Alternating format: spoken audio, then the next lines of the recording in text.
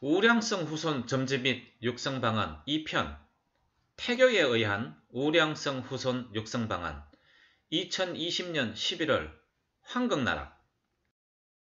오늘은 태교에 의한 우량성 후손 육성 방안에 대해서 말씀드리겠습니다. 첫 번째, 우량성 후손을 두기 위한 발상. 종래의 수단으로는 인간 잣대에 의한 문명의식으로 변질되어 버린 불량성 인류를 더 구제하지 못한다는 것을 자인하지 않을 수 없습니다. 그런 나머지 다음과 같은 대안을 펴고자 합니다. 동식물을 다루는 과학자들은 우량성 품종 개량을 위한 육종 연구로 아주 비약적인 성과를 거두고 있습니다. 동식물도 그런데 하물며 사람도 이 같은 우량성 후손을 두기 위해 점지 및 태교라는 수단으로 인간 육성을 위한 연구가 아주 절실하다고 여겨집니다. 두 번째, 태교에 대한 개념. 농사가 천하지 대본이라면 인간 농사는 천하지 대사라. 농사를 잘못 지으면 일년고생이나 자식 농사 잘못 지으면 평생 원수라는 교훈도 있습니다. 자녀의 운명은 어머니가 만들고 지구촌의 운명은 여성이 좌우합니다. 세 번째, 태교신기. 이주말 실학파 유의선생의 자당인 사주당 이여사의 저서에는 아무렇게나 낳아서 평생 가르치기보다는 10달간의 태교가 더 앞선다. 그보다 부부간 합방 시 두 분의 마음가짐이 더 앞선다는 말씀이 있습니다. 명의는 병을 앓기 전에 다스린다는 태교의 필요성과 따라서 결혼의 목적과 신념 확립이 절실하다 하겠습니다. 세 번째, 태교의 가능성의 원리. 원리는 유전자는 환경, 태교에 앞서지 못합니다. 만물은 유전합니다. 그 근거로서 물의 메시지 실험 결과로도 입증된 바 있습니다. 공진, 공명의 원리가 바로 그것입니다. 네 번째, 태교의 성공 사례. 지석고 스서댁 부부는 IQ가 120 정도 되는 부부였습니다. 그 부부가 태교를 통하여 네 자녀 IQ가 160에서 170에 이를 정도로 우량 자손을 출산하였습니다. 꽃동네 오신부 외 여러 성인들의 사례에서도 찾아볼 수 있습니다. 다섯 번째, 부부의 사전 준비 사항입니다. 첫 번째, 부부의 이상적 결합입니다. 부부는 심신이 건전해야 하며 결혼 전과 합방 전 반드시 종합검사를 실시해야 합니다. 무숙변자가 건강한 아이를 출산합니다. 숙변 보유자는 만병의 근은 몸 안에 독소가 가득 차 있는 상태이므로 절대 건강한 우량한 후손을 출산할 수가 없습니다. 결혼 부적합자는 심신장애자, 알코올 약물 중독자, 원폭 피해자, 선천성 유전병, 범죄 양력자, 불임자, 소아자궁, 전자파 과잉 등이 되겠습니다. 두 번째는 우량성 후손을 낳기 위한 실천계획표 작성입니다. 요즘 유기농으로 경제작물을 가꾸기 위해 각 작목반 회원들은 어떤 종류와 품종에 따른 시설관리, 파종, 육묘, 판매관리, 병충해 대책에 대한 대비와 수확물의 판매, 홍보 등의 계획안이 작성되고 그에 따라 관리 일기를 매일 기록하여 개선에 개선을 거듭하고 있습니다. 이같이 1년 농사도 이렇게 치밀한 계획을 짜는데 하물며 천하지 대사를 이루는 평생농사, 자식농사에 어찌 계획 없이 임할 수 있습니까? 세 번째, 계획에 입안되어야 할 항목입니다. 의식주와 심신수련, 생리주기, 합방길일, 임신주기별 태아에 대한 태교일기, 태교책 학습, 출산 예정일과 순산법, 신생아 다루기, 음악과 기도문 등입니다. 여섯 번째, 사식, 잘못된 식사와 약물이 태아에 미치는 피해입니다. 첫 번째, 약물 복용입니다. 임신 한 달 반이 되면 팔다리가 자라는 시기인데 이때 입덧 완화제인 사리더마이드계 수면제를 복용하면 해모라이 즉 장애아가 태어나기 쉽습니다. 실제로 독일, 영국, 일본에서 사례가 보고되었습니다. 두 번째는 가공식품입니다. 가공식품은 기형아를 출산할 가능성이 높습니다. 극음성의 향신료는 육발, 육손, 수분가다는 은청이를, 과일가잉은 손, 발, 눈, 코가 크고 근체류, 조림가잉은 손, 발, 코, 눈이 작게 됩니다. 생선과잉은 낮은 코, 육식과잉은 뾰족한 귀, 깃밥이 거의 없게 됩니다. 음성식품과잉은 유산요인, 자전유산은 결석증을 우려하게 됩니다. 기타 문제로 선천성 심장판마증, 음낭수종, 조산, 특히 마취용 몰핀 주사는 태아의 뇌 손상, 그 외에 전자제품에 대한 과잉 전자파 피해도 우려됩니다. 7번째, 임신을 위한 준비입니다. 부부가 함께 다음의 주문과 노래로 심신의 안정을 꾀합니다. 주문은 하나님 부처님께서 우리 가족에게 성인의 넋이 어린 우량성 후손을 점지해 주셔서 감사합니다. 노래는 위의 기도문 가사를 신의 은총, 원곡이 낙원조성 아리랑입니다. 이 가락에 맞춰 부를 때 바라는 성인의 모습을 이미지하도록 노력합니다. 저녁 잠자리에 들기 전에 매일 부르도록 생활화합니다. 신의 은총 낙원조성 아리랑은 음악 중에 파동이 가장 좋은 곡조임을 알려드립니다. 두 번째, 좋은 태몽 꾸기입니다. 귀인 성인을 잉태할 꿈은 해, 달, 별이 방으로 들어오는 꿈, 용, 학, 난초 꿈 등이 있습니다.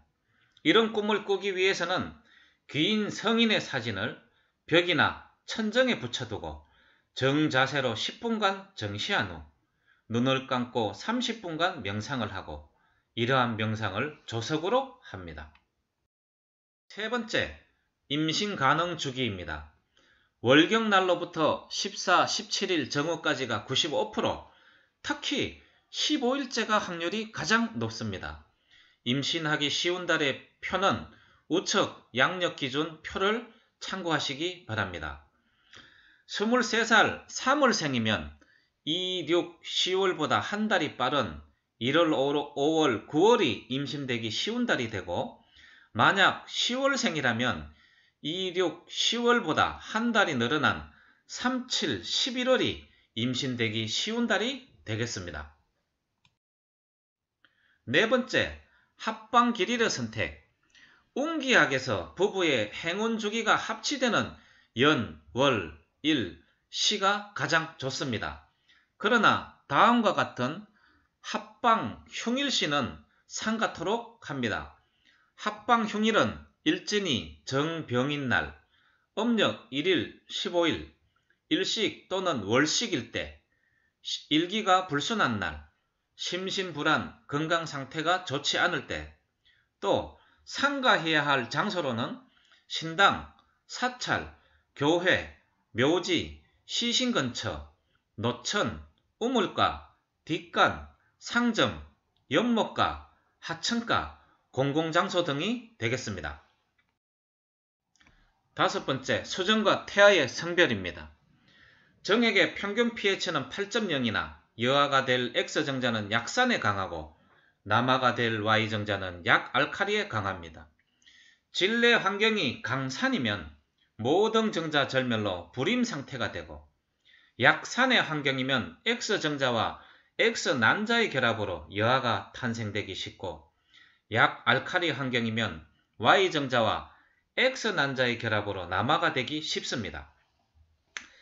이러한 환경의 영향으로 여아 탄생이 많은 곳은 주로 해안가가 되고, 남아 탄생이 많은 곳은 산악지역이 되겠습니다.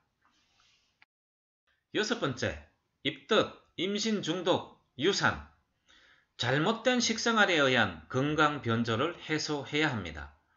입덧 해소는 임신 2, 3개월이 되면 사지팔자형 20분간 기어다니기를 하루에 1, 2회 실시하면 좋습니다. 이것을 호보, 호랑이 걸음이라고 하는데요. 유튜브 검색을 통하여 확인하시기 바랍니다. 그 다음에 현미를 검게 볶은 스프, 타나다시마, 구운 깨소금, 3년 묵은 토종 된장국을 식사하시면 입덧이 해소됩니다. 유사는 임신 3, 4개월 차에 엄성식품을 과잉 섭취하게 되면 나타날 수 있는데 과일, 설탕, 빵, 가공식품, 가지, 특히 가을 가지가 해당되겠습니다. 자연이든 인공이든 유산이 잦으면 결석증이 발병되기 쉬우니 각별히 조심해야 합니다. 8번째, 출산 분만입니다. 첫 번째, 자연 분만의 과정은 태아가 성숙되면 태아의 관내 호르몬이 분비가 되어 태반을 통해 모체 관내에 전달이 되면 모체에서 출산 호르몬이 작용이 돼서 진통이 개시되고 출산 준비를 하게 됩니다. 두 번째, 무통출산법입니다. 여기에는 6대 법칙이 있는데 평상, 경침, 붕어, 모관, 합장, 합척, 등배운동 생활화 등입니다. 이것은 세부 설명이 필요한 사항이므로 나중에 자세히 소개하겠습니다.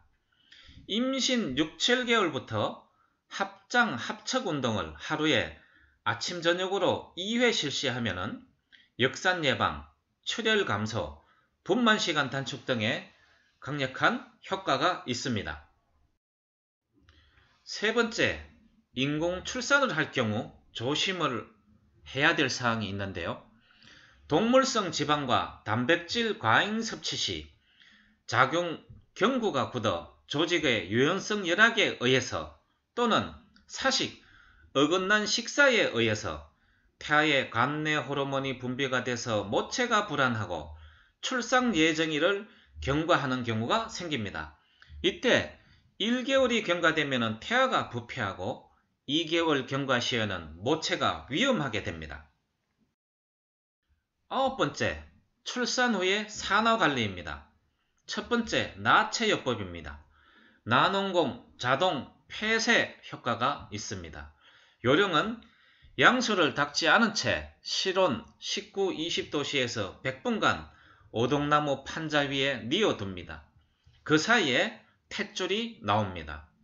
두 번째, 모자 간의 스킨십을 통하여 천생연분의 애정을 교류하는 시간을 가집니다. 세 번째, 냉온 산탕입니다. 40도씨 온탕으로 산탕 보온 후에 냉온욕을 실시합니다. 각각 1분씩 실시합니다. 출산 당일에는 40도씨 온탕과 30도씨 냉탕욕을 6회 반복합니다. 2일째부터는 아래와 같이 냉탕 온도만 차츰 내립니다. 2일째 28도씨, 3일째 25도, 4일째 23도, 5일째 20도, 6일째 18도, 7일째 16도, 그 이후에는 이 7일간 요령대로 몸이 건강해질 때까지 계속 반복합니다. 이렇게 하면은 혈액순환이 촉진되고 피부 기능이 강화되고 감기가 예방되고 저항력이 증대됩니다. 10번째는 수유법의 요령입니다. 산모의 초유는 분만 2, 3일 후에 나오게 되는데 그것은 신생아에 금식시켜야 한다는 자연의 메시지입니다. 그러니까 일종의 단식기간이 됩니다. 이 2, 3일간을 생수에 온수를 탄 미온수에 액체 마급일 0.5%를 탄 것에다 자연꿀을 모유 감미 정도로 가미하여 우유병에 넣어 빨게 합니다. 이것은 탈수 예방과 태변 배출을 위한 것입니다. 초유는 반드시 먹여야 합니다. 그것은 초유 속에는 기름기가 많아 이것으로 태변을 배출하려는 자연의 작용이라 하겠습니다. 태변이란 10달간의 태아기간에 영양을 흡수하고 난 나머지 산화물이 대장에 쌓인 것인데 약 500g 4배가 된다고 합니다. 이것이 완전히 배제되면 눈에서 광채가 나며 무병장수에다 명석한 두뇌의 소유자가 됩니다. 서식건강법에서는 숙변정체는 만병의 근원이라고 말합니다. 예를 들면 상하결잔 숙병 정체가 지나치면 중풍이 될 우려가 높고, 특히 횡횡결장의 숙병 정체는 정신질환, 즉 정서불안, 우울증, 치매, 간질, 정신 이상 등의 장애가 일어날 우려가 높습니다. 네 번째, 모유의 질은 식생활과 심신작용에 따라 다릅니다. 전망울을 엄지손톱 위에 얹어두었을 때 둥글게 모이면 건강한 젖으로 아이가 흥얼거리면서 빨게 됩니다. 그런데 전망울이 퍼진 상태가 되면 불량한 것으로 푸른 똥을 보고, 푸른 똥은 어머니의 심신 자극에 의한 것입니다. 11번째, 이유식과 유아식입니다. 만 1살이 되면 단유하고 그 사이에 이유식을 병행합니다. 이유식의 시도는 먼저 어머니가 잘 씹은 밥을 받아 먹게 하는데요.